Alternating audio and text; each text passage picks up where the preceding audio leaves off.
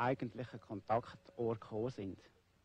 After tracking Billy down and spending an afternoon with him, they came away convinced of his sincerity. Later, both of them would have their own personal experiences. Elsie Moser is a schoolteacher living in the Zurich area. She first heard of the Meier experiences from a friend in the summer of 1976. Mm-hmm. So after you saw many things? Then, yes, not just the first time, I realized that I could see it. Mm-hmm. Then the second time too, and so I'm sure.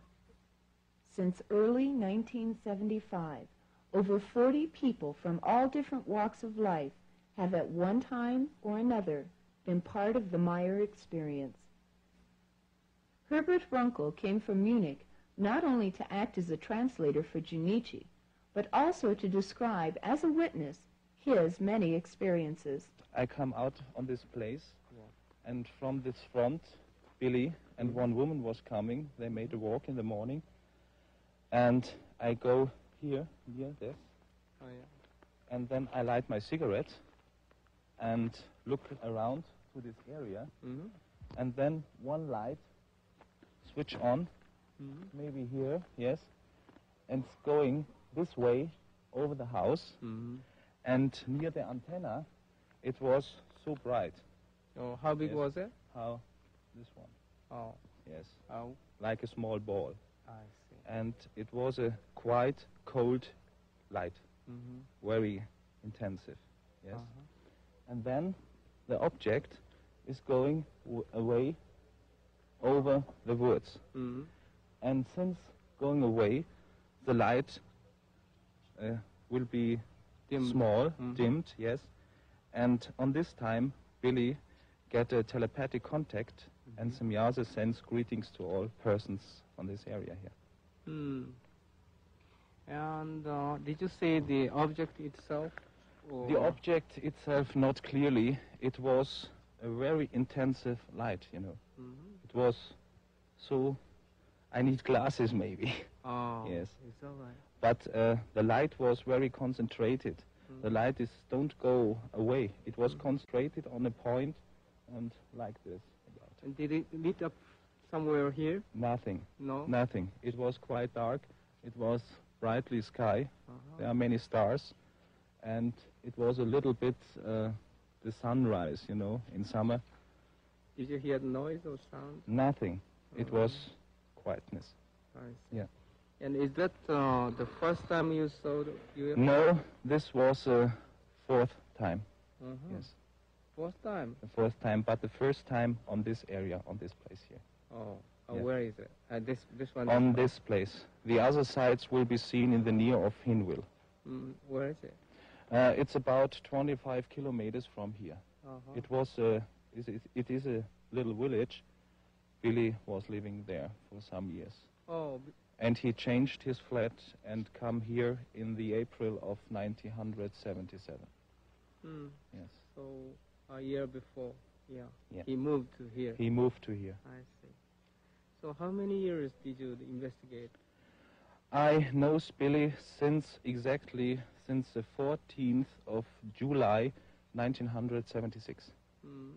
I read in a magazine about these things, and I don't believe it at first.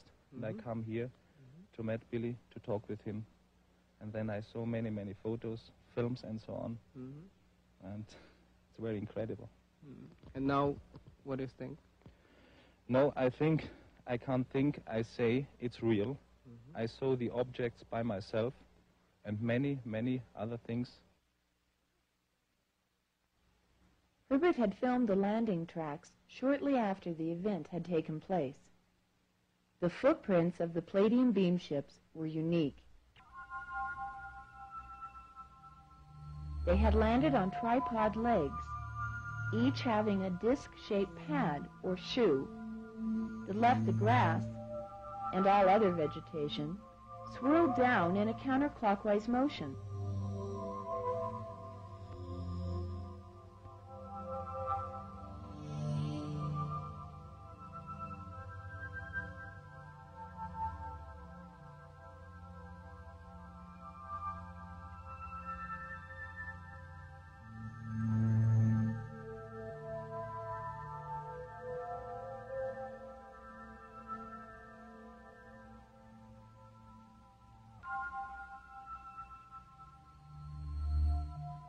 The counterclockwise print baffled the observers, including Billy, until, in a follow-up contact, Billy posed the question to Semyasa, and she explained that the round surface area of the support legs also vibrate as part of the entire spaceship in a spiral-shaped anti-gravity oscillation.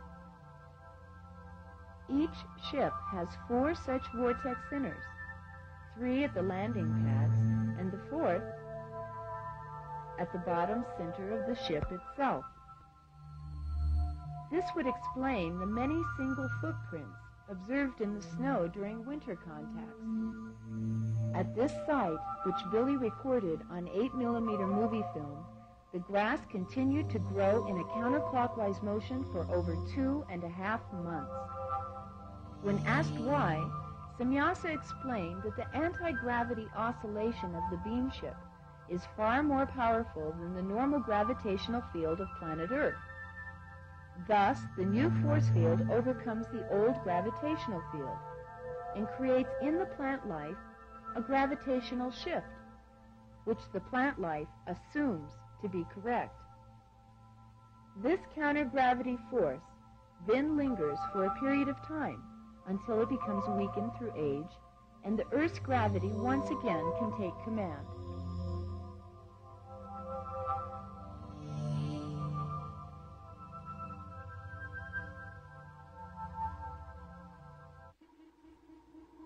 On numerous occasions, the Pleiadians had allowed demonstrations for Billy and his friends to record the sounds of the beam ships, while the crafts remained invisible to observation.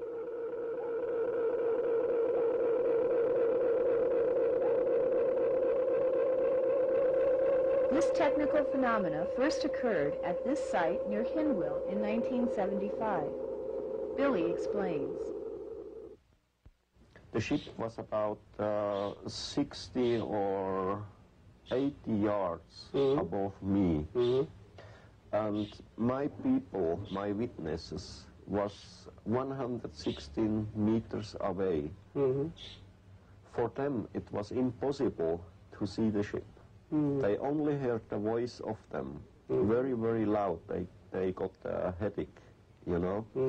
I was directly under the ship, and I have it seen in the sky. How could they do it? I don't know. They have some invisible net. This invisible net may have been responsible for Billy's numerous disappearances during contacts. Jacobus and Herbert recount one of their experiences that took place in the summer of '77. He disappeared out there. When we listen the sound of the ship in this area,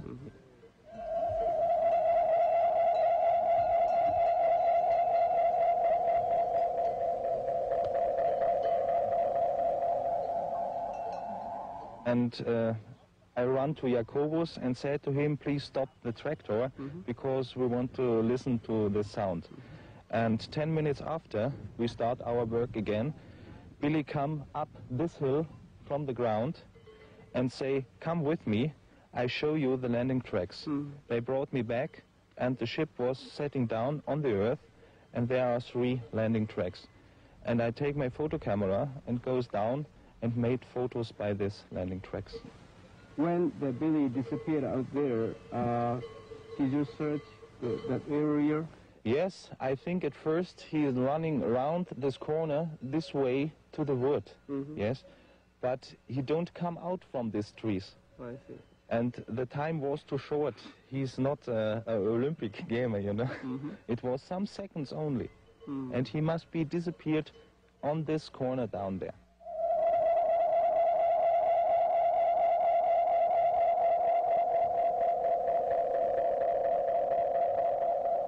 Over a dozen witnesses, including members of Billy's family,